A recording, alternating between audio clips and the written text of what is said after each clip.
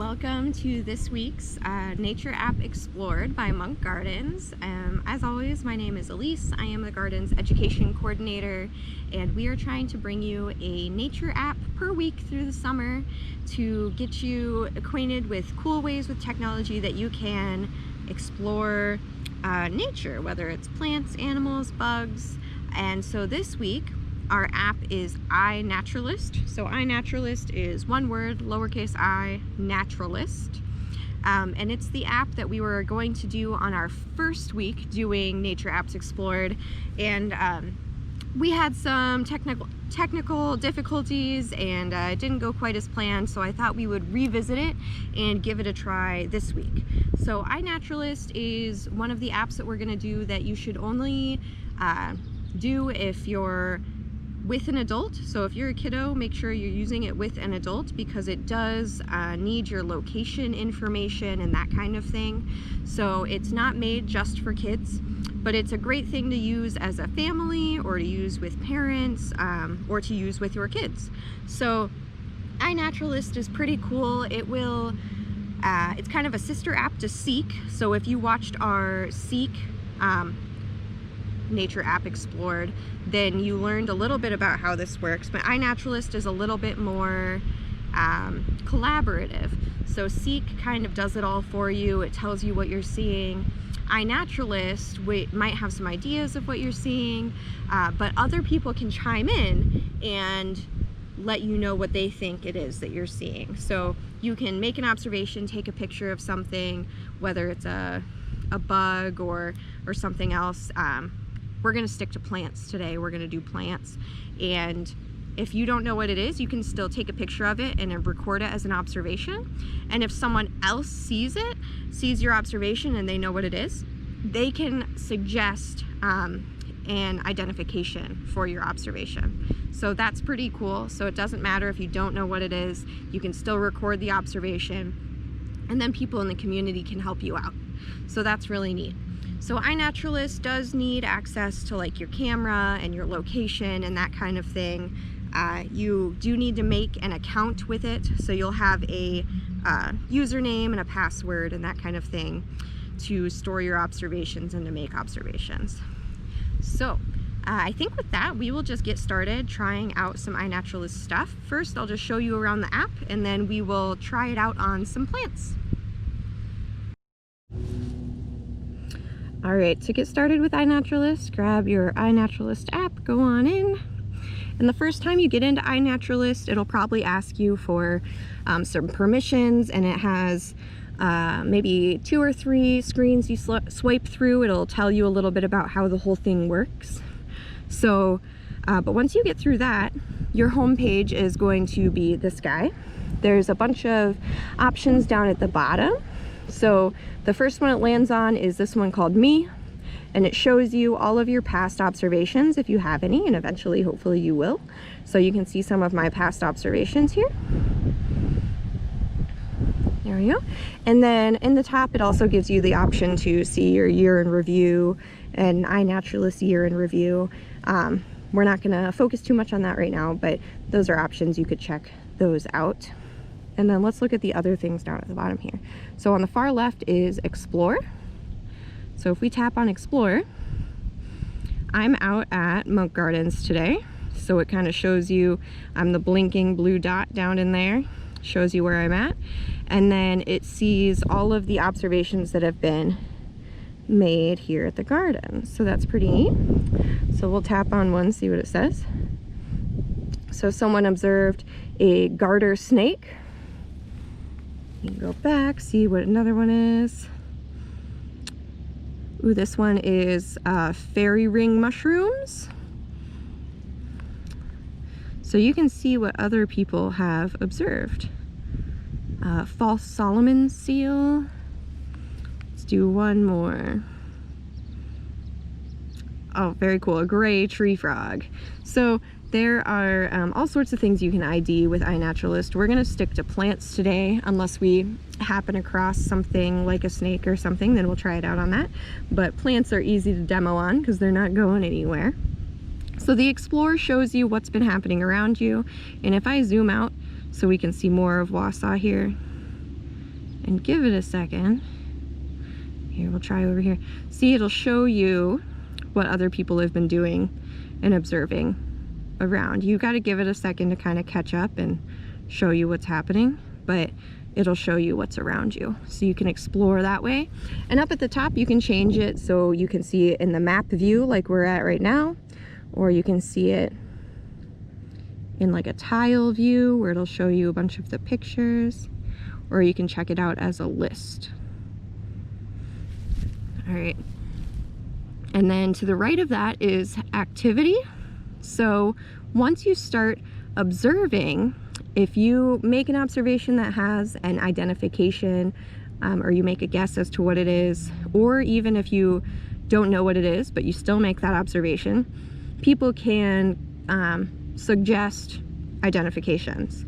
So I had taken a picture of a little bush and I didn't know what it was, and I think I left it as an unknown, and this person identified it as an elder, part of the Sambucus genus. So that was helpful.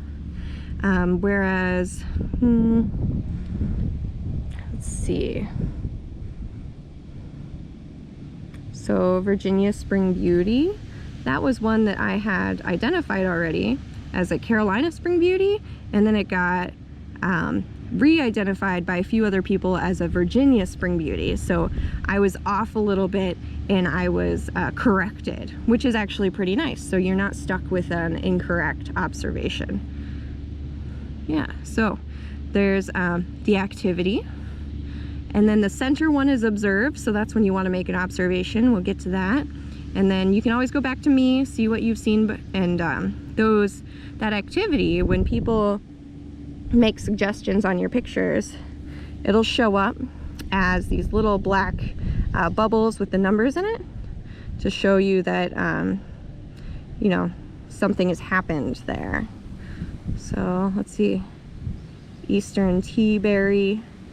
So you can see right here we have two people re-identify this. So I thought it was wintergreen and two people said nope, it's tea berry.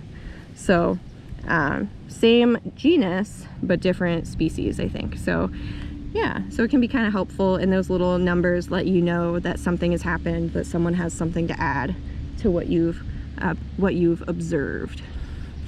And then before we move on and check out the observation, so this is that you hit that little camera down in the bottom middle and it'll take you to just what looks like a camera screen, like you're going to take a picture any other time.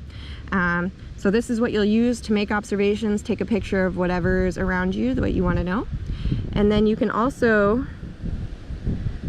go into here, so you can use pictures you've already taken. So it wants to know if it can have access to your pictures, and you can say yes or no. So I'm going to say okay. And then I'm going to go to my photos and find a picture. Oh, so I found this snake the other day. So we'll see if it can identify this, or if I can use this snake here. So it shows this picture of the snake. It asks if I want to retake it, which I can't retake it because I'm not by the snake anymore. So I'm going to hit next. And there we go. And then this is the page it's going to bring to you when you make an observation, whether you do it with a picture you've already taken or you have just taken a picture. So it'll show you the picture up here. It'll show you, it'll take from that picture when you took it, the time, where it was. So I saw this snake here at the gardens, and then it'll ask about the privacy. So if you can share the location, that kind of stuff. If it's captive or cultivated. So if you're taking a picture of your tomato plant, then you would mark that as yes, because that's something that you're growing captively. It's not a wild tomato plant. So you can click on what did you see, and it'll come up with suggestions for you.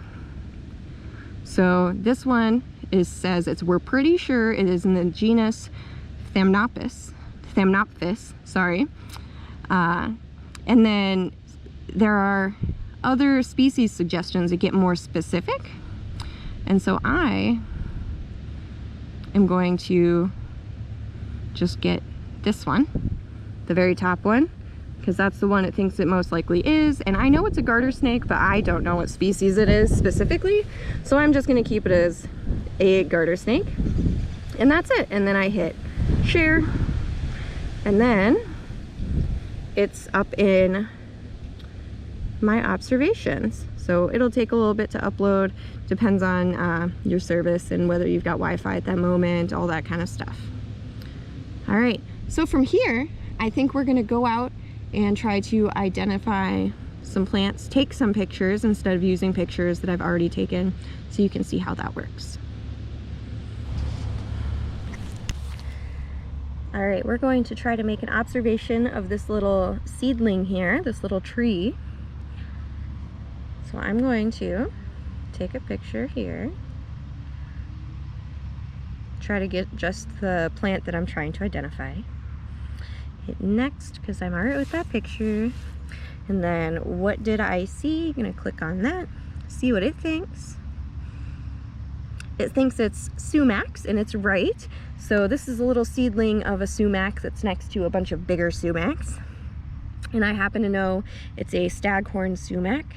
So I'm gonna select that one and then hit share here. So just like it did with the garter snake, it's gonna upload the sumac now. Let's see if we can do another one. Okay, we're over at the pond edge now at the gardens, and I want to see about this fern here. Kind of a neat little fern. So we're going to take a picture of him. Next, what did I see?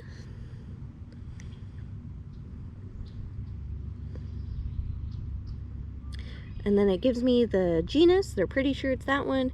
And then top 10, it says sensitive fern.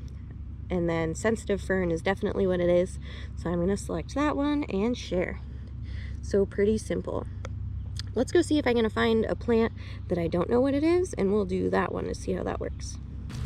Okay, here is a plant that's all over the ground by the tree house, and I've always kind of wanted to know what it was. So let's see if iNaturalist can help us out. And if it can't, then maybe the community on iNaturalist can help us out. So we'll take our picture, hit next. What did you see? See what its suggestions are. It says periwinkles, and that looks super similar. So I'm gonna select periwinkles and we'll put it in as that, and then hopefully we'll get some confirmations. And since the app has your email address, it will email you when people give identifications on your observations so that you know when that's happened, which is pretty nice. That is iNaturalist in a nutshell. Pretty simple. You can identify things, take pictures. It'll suggest identifications for you. And I think the best part of it is that other knowledgeable people in your area can really contribute to your observations, let you know what you're seeing. That's really neat, instead of you trying to observe something and you know, some apps try their best to identify it for you, but there's really no double checking it. And so having the community give their input is really nice, because then you can get things double checked, triple checked. You can get some conversation going, and you can see what cool plants are around your area using that explore tool too. So if there's a plant you've always wanted to see out in the woods or something, like I know near my house there's pink lady slippers blooming right now, and if I really wanted to go find some, I bet I could use the app, the explore feature, and see if someone has observed them near my home, so I could go see them, because they're really cool and they're not really widespread. So that's kind of a nice feature of the app. So iNaturalist, pretty cool, pretty easy to use. Remember, it's not just for kids, so make sure if you're a kiddo that you're using it with an adult, or if you're an adult, you're helping your child use it so that you know, you're following the guidelines of the app. It does have access to your pictures and your location and all of that, so that's something you need to keep in mind.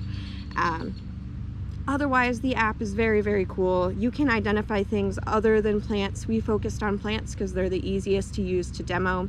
But if you've got a spider in your house, or if you've got a turtle in your yard, you can use it for that too. So keep that in mind. I hope you try out iNaturalist, and if you like iNaturalist, give Seek a try. Seek is the sister app to it, and it is made just for kids. So if your kids like iNaturalist, really try to get them into Seek. I hope you enjoyed it, and we'll have another one for you next week.